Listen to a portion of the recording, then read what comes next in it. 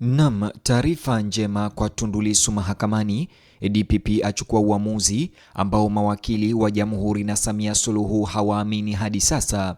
DPP akubali ushahidi unatosha na kuegemea upande wa Tundu Lissu.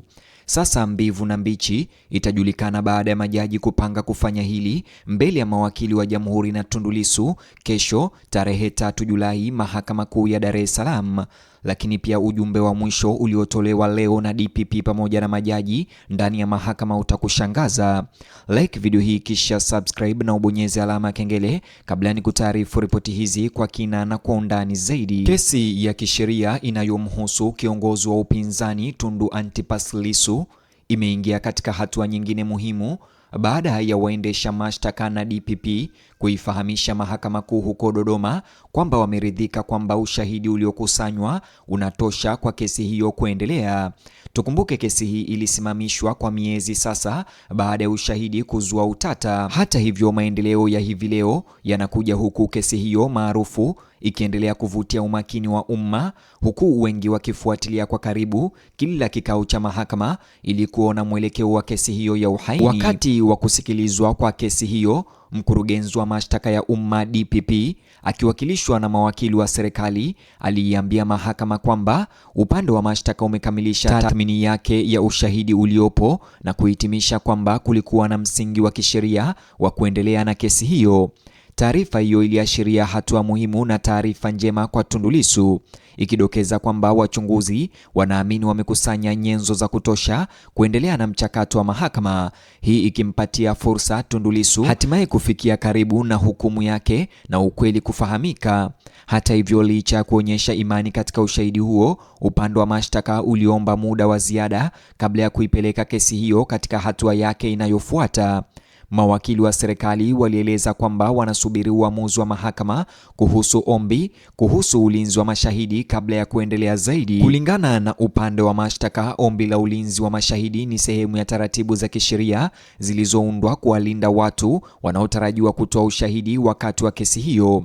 Waendesha mashtaka walisema kwamba kuwalinda mashahidi ni muhimu kwa kuhakikisha usalama wao na kuhifadhi uadilifu wa ushahidi ambao hatimaye utawasilishwa mbele ya mahakama. Mahakama Kuu sasa inatarajiwa kutoa uamuzi kuhusu ombi hilo kabla ya kesi kuendelea hadi awamu inayofuata.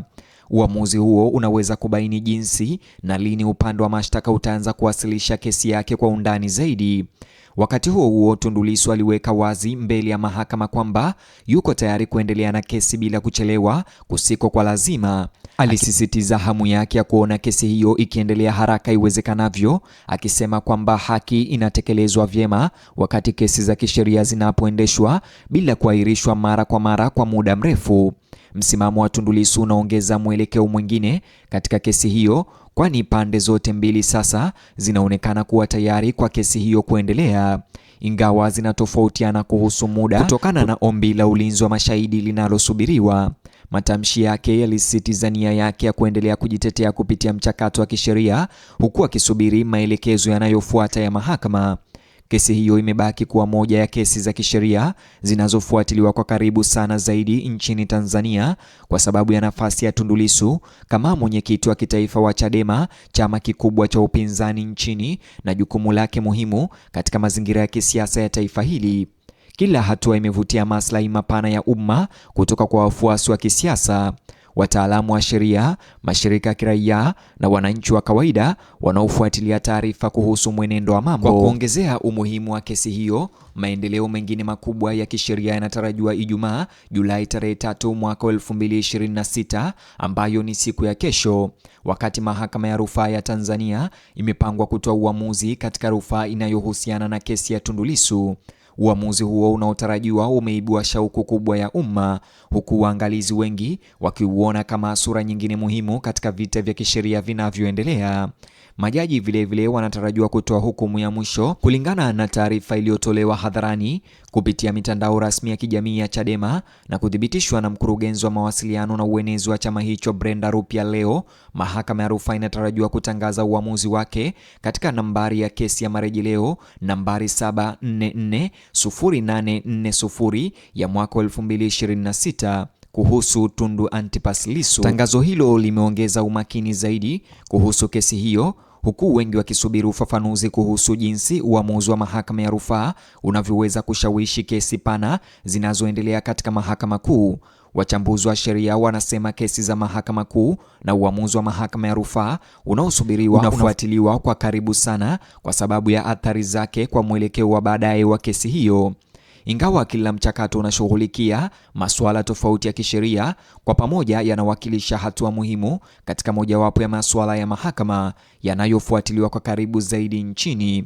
Licha mjadala unaokuwa wa umma, kesi hiyo ya Tundu Lissu inabaki ndani ya mchakato wa mahakama. Mahakama bado haijaamua ombi la ulinzi wa mashahidi na hakuna hitimisho la mwisho lililofikiwa kuhusu mashtaka yaliyo mbele yake. Matokeo yake, pande zote mbili zinaendelea kusubiri maamuzi ya mahakama kabla ya kesi kuendelea. Kwa sasa kesi inabaki hai, huku hatua kubwa inayofuata ikitegemea uamuzi wa mahakama kuu kuhusu ombi la ulinzi wa mashahidi mara tu suala hilo litakapoweza kutatuliwa.